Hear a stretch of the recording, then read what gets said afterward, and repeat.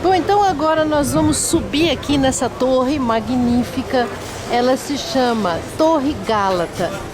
Ela foi criada aí no século VI pelo Império Romano na época como um tipo de um farol ou uma torre de segurança, porque ela é extremamente estratégica. Dela dá para ver o Estreito de Bósforo e o Chifre de Ouro que a gente vai ver lá de cima.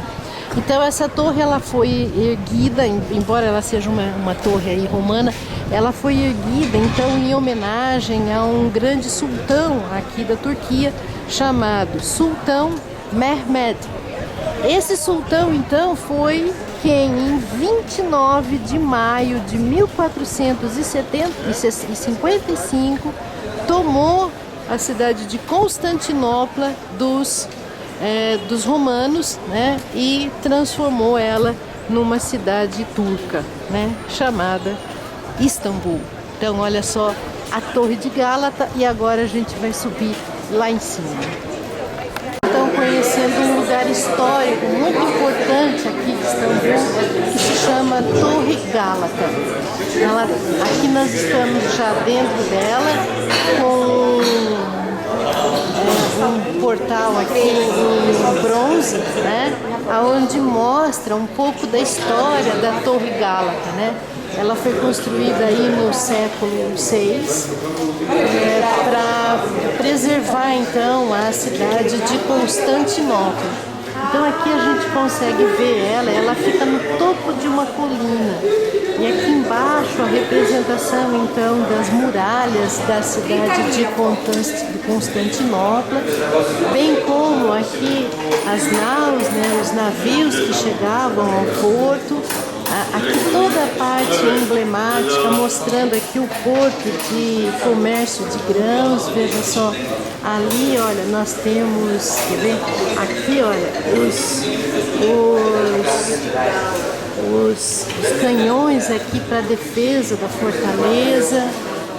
Muito bonito tudo isso daqui, né? Então agora a gente vai subir. Ela é uma torre que tem 60 metros de altura e ela servia então como um farol, indicação assim, aqui do Estreito de Bósforo e do Chifre de Ouro, que é o que a gente vai ver lá em cima. Meu Deus, quanto eu estudei para poder entender o que é isso daqui. É uma coisa magnífica, é um lugar assim, uma conjunção geográfica única. Por quê? Porque veja só, tá vendo? Essa parte aqui, ó, é o que é chamada de Chifre de Ouro. Olha só, uma porção de água que vai se estreitando até lá no finalzinho, onde tem essa mão aí, olha, aquela ponte lá no fundo, né? Isso daqui é a desembocadura de um rio, é chamado de Chifre de Ouro. Então ele vem, e isso é que era o grande diferencial de Istambul, porque ele formava um grande porto natural aqui. Ele vinha, então veja só, esse rio, então ele desembocava, né, aqui, ó. Tá vendo? Olha aqui, ele vinha aqui e desembocava nessa parte aqui, ó. Essa, do lado de lá, ó, é onde sai lá pro Mar Egeu e pro Mar Mediterrâneo. E esse canal, então aqui forma o que é chamado de Canal do Bósforo. Então esse rio, né, ele que forma um porto natural, ele acaba desembocando então aí no Canal de Bósforo, que é o que é denominado então de Chifre de Ouro.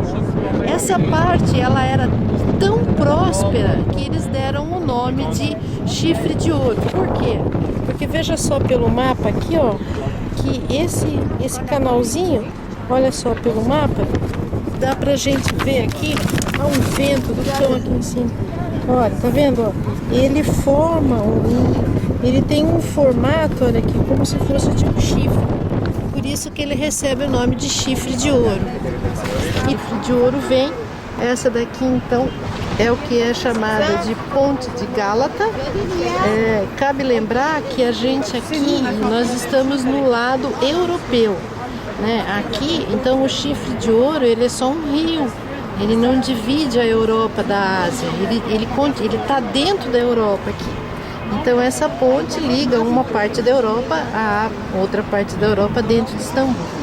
Então esse rio ele vem e desemboca então aqui nesse estreito marítimo. Ali a gente vai para o Mar Egeu, né, para o Mar Mediterrâneo, e ele vem então, forma esse estreito aqui. Ali então é a ponte do Bósforo, tá vendo? Ali sim, tá? Do lado direito da filmadora é a Ásia e do lado esquerdo é a Europa. Então esse é um estreito que divide a Europa da Ásia. Bom, então agora eu vou fazer o que eu sempre quis fazer na minha vida. Eu vou contar a história aqui, né? Encostada na Torre de Gálata, contando a história de Istambul. Então, esse lugar aqui sempre foi muito requisitado, né, por todas as civilizações, devido a esse porto natural que tem aí na frente. Então eu vou começar na história do cristianismo, ok? Bom, então após o falecimento de Jesus, São Paulo foi designado para vir então evangelizar essa região aqui. Então ele veio e fundou diversas igrejas, né, na Anatólia, né, que é essa parte da Turquia. Ele veio, então fundou as primeiras igrejas aqui.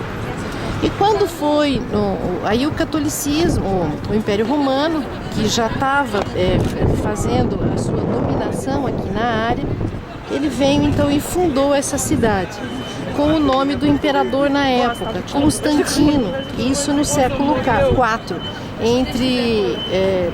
que ele reinou então entre 324 e 337. Então,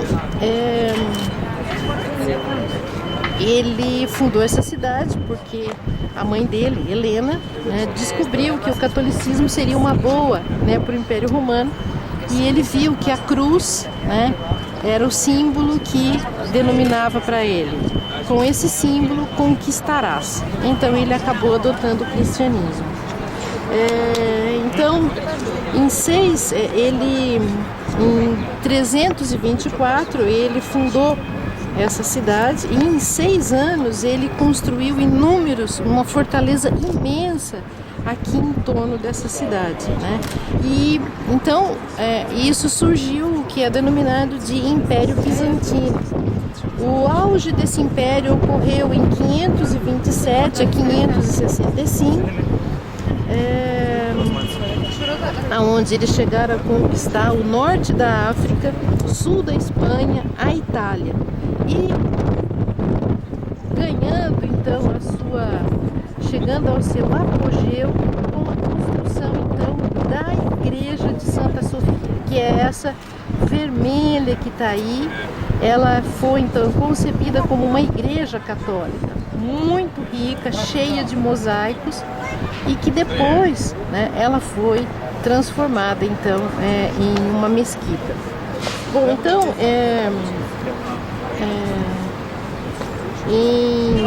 até 1200, essa foi a cidade cristã mais rica do mundo. Até que os bizantinos eles começaram a perder força. Por quê? Porque uma tribo nômade, né, da Ásia Central, chamada turcos otomanos, eles começaram então a tomar posse da região da Anatólia, que atualmente é a Turquia. E eles foram então tomando posse, né? Fizeram então a sua primeira capital do Império Bizantino, a cidade de Bursa, que fica aqui a 180 quilômetros aqui de Istambul.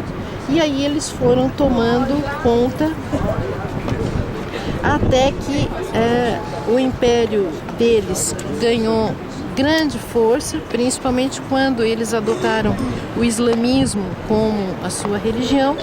E aí então no dia 29 de maio de 1453, o sultão Mehmed II, ele tomou então conta aqui de Constantinopla, transformou ela então numa cidade turca e mudou o seu nome para Istambul, que significa a cidade fortaleza.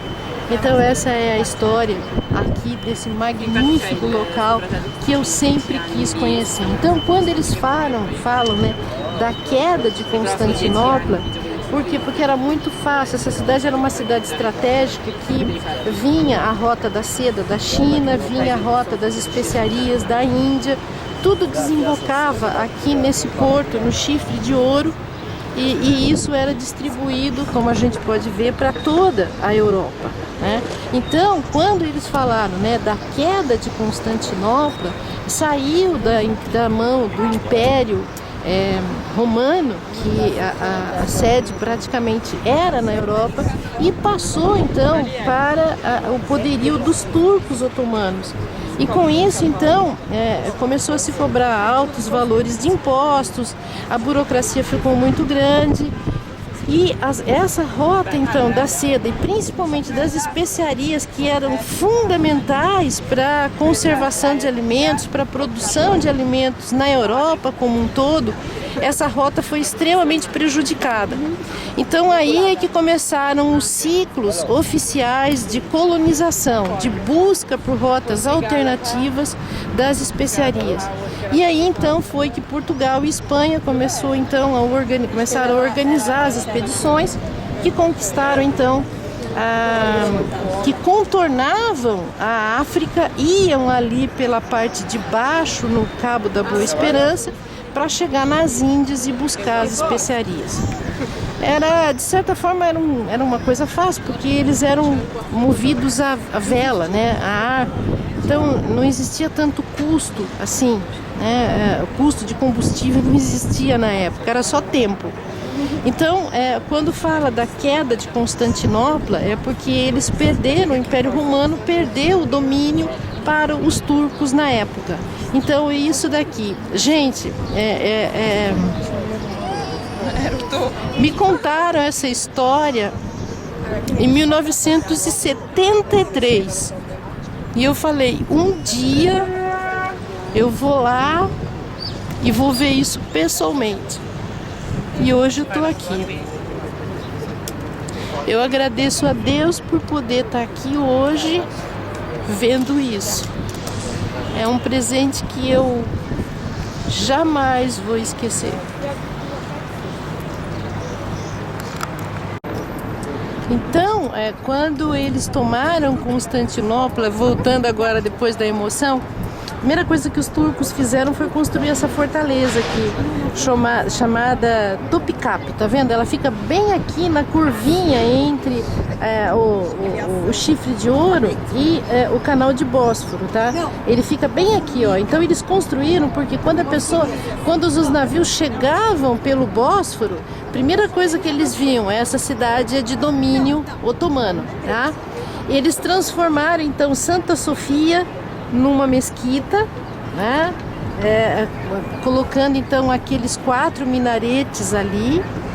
Aí eles construíram a Mesquita Azul, que é aqui. Aí então o sultão Salomão, ele construiu então essa mesquita aqui, olha, uma mesquita enorme. Também é patrimônio da Unesco, né? Veja o tamanho que ela é, gente, é muito grande. Ele construiu, e ali então foram se proliferando, né, a quantidade de mesquitas ao longo da cidade de Istambul na época. Acredito, eu não posso afirmar, tá, mas acredito que boa parte dessas mesquitas que estão aí eram igrejas católicas, porque a gente andou assim por dentro e dá a sensação assim bem típica de igreja católica, sabe, que constrói as igrejas assim bem na subidinha, para que a hora que você passa com os barcos você consiga visualizar onde estavam os pontos de oração da igreja católica, né? Então, assim, um negócio muito lindo tudo isso daqui, né? Bom, então só para encerrar, né? Aqui então a desembocadura do Chifre de Ouro, ali vindo do Mediterrâneo, passando tudo aqui, ó, a ponte do Bósforo, aqui o Estreito de Bósforo, e indo mais para lá, a gente sai no Mar Negro, que faz divisa então com a União Soviética e com as repúblicas, as antigas repúblicas da União Soviética, né? Então essa daqui é a magnífica cidade de Istambul, cujos monumentos receberam então o prêmio como Patrimônio Histórico da Humanidade pela Unesco.